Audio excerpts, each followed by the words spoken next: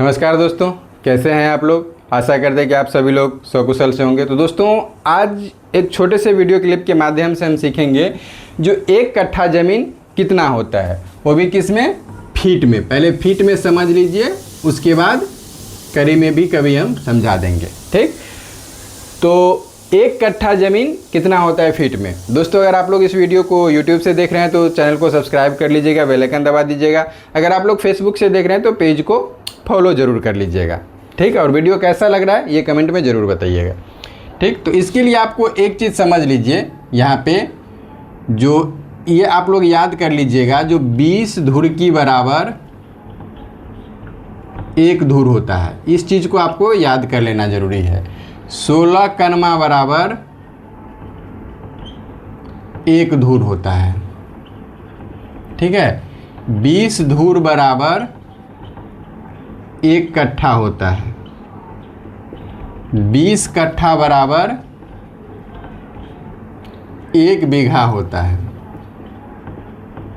और 400 धुर बराबर भी एक बीघा होता है।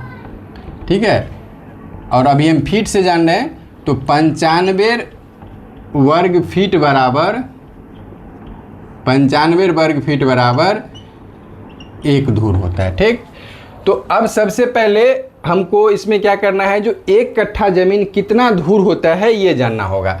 तो यहाँ पे हम लोग लिख सकते हैं, जो एक कट्ठा बराबर, यहाँ पे लिखें कितना, एक कट्ठा बराबर 20 धुर बराबर एक कट्ठा ज़मीन होता है। तो एक कट्ठा बराबर 20 धुर, अगर अब इसको हमको क्या करना है, जो वर्ग फीट में ले जाना है, तो 95 वर्ग फीट बराबर एक धुर होता है। तो अगर एक धुर बराबर 95 वर्ग फीट हुआ तो 20 धुर बराबर कितना हो जाएगा, 20 गुने 95, अर्थात 1900 वर्ग फीट ज़मीन हो जाएगा एक कट्ठा।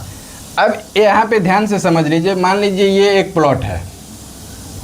ठीक है, ये एक प्लॉट है जिसमें मान लीजिए ये आपको 100 फीट है, ये भी 100 फीट है, ये आपको 60 फीट है, और ये भी 60 फीट है। ठीक, अब इसमें से हमको क्या करना है, एक कट्ठा ज़मीन अलग करना है। तो कैसे करेंगे, अब एक चीज़ समझ लीजिए, यहाँ पे मान लीजिए ये इस ज़मीन को हमको एक कट्ठा अलग करना है। ठीक, ये तो समझ गए। इसी में हम ये भी समझ जाएंगे, जो एक कट्ठा ज़मीन के लिए हमको कितना लंबाई चौड़ाई चाहिए। अब इसमें से हमको एक कट्ठा ज़मीन अलग करना है। तो देखिए, ये अगर 60 फीट है, ये 60 फीट है, तो ये भी 60 फीट ही होगा। अगर इस दूरी में चेंजेस होगा, कहीं मान लीजिए ये 60 है, ये 70 है, तब क्या करना है वो हम आपको दोनों तरीक़ा से बता देते हैं। तो अब देखिए, ये 60 है तो ये भी 60 है, तो दोनों को हमको क्या करना है, औसत निकाल लेना है। तो 60 और प्लस 60 को जोड़ेंगे तो कितना हो जाएगा, 120, और 120 को आधा कर लेंगे तो फिर 60 हो गया, यही औसत आ गया। अब हमको कुल रकबा एक कट्ठा में कितना चाहिए, 1900 वर्ग फीट।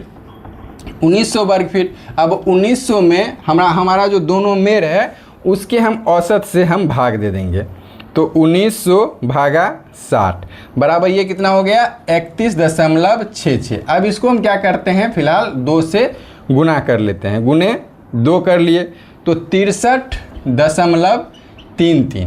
अब 63.33 को 0.33 को हम क्या करेंगे, फीट में बदल लेते हैं। ठीक है, इंच में, तो ये 63 फीट 4 इंच हो जाएगा। ये कैसे हुआ, तो 0.33 को अगर हम 12 से गुना कर देंगे तो ये इंच में आ जाएगा।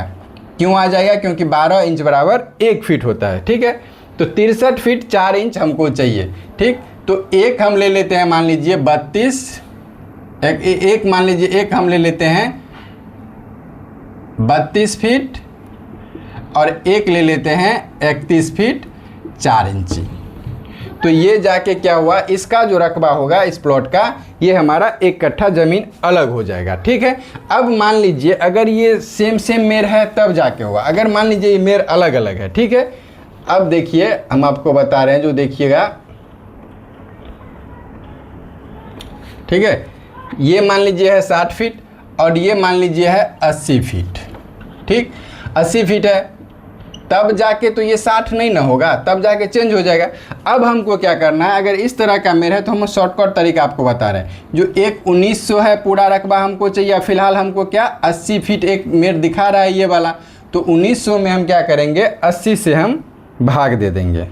ठीक, 1900 में हम 80 से भाग दे देंगे, तो ये हो गया आपको 23 फीट 9 इंच।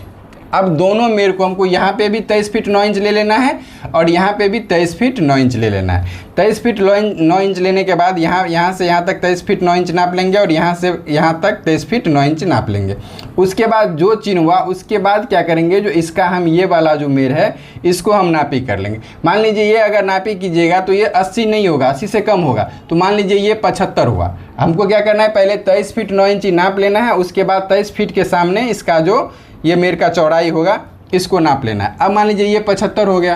अब हमको क्या करना है, ये 80 और ये 75 यहाँ पे हम नाप लिए, तो इस दोनों को हमको औसत निकाल लेना है। तो 80 और 75 को जोड़िएगा तो हो जाएगा 155, 155 को आधा कीजिएगा तो हो जाएगा 77.5 यानी औसत। अब हमको कुल रकबा कितना चाहिए 1900, 1900 में 77.5 से हम भाग लगा देंगे। ठीक है, तो 1900 भागा 77.5 यानी 24.51 हुआ। तो दोनों मेर हम 24 फीट 6 इंच करके ले लेंगे, तो ये रकबा हमारा 1 कट्ठा ज़मीन हो जाएगा। तो दोस्तों इस वीडियो में हमने आपको काफ़ी कुछ समझा दिया, जो 1 कट्ठा ज़मीन कितना होता है उसको अलग भी कैसे करना है। तो आशा करते हैं जो इस तरह का वीडियो आपको पसंद आया होगा। अगर वीडियो अच्छा लगा हो तो लाइक शेयर कमेंट जरूर कर दीजिएगा। मिलते हैं फिर नेक्स्ट वीडियो में, तब तक के लिए जय हिंद जय भारत।